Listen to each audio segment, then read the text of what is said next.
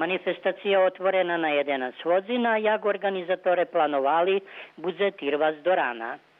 Číslených hostov i účastníkov privítal predsjedatelj Privrednej komory Vojvodiny Ratko Filipović i vlasnik salašu Česmin Dol Ivan Racanović, a cekom dňa organizovana výstava statku, otrimane zmahanja u varenju ovčoho paprigašu, dzecog u lapanju ribi na cigonj, združenja ženog mali štandi svojih robotoh, a otrimani i narodni višeboj i drugi sportski zmahanja. Organizátor mestna zajednica Bačinci, turistična organizacija opštini Šid, a pokrovitelj opština Šid. Na manifestaciji učestvuje i Združenje ženog zo Zberkasova izvor.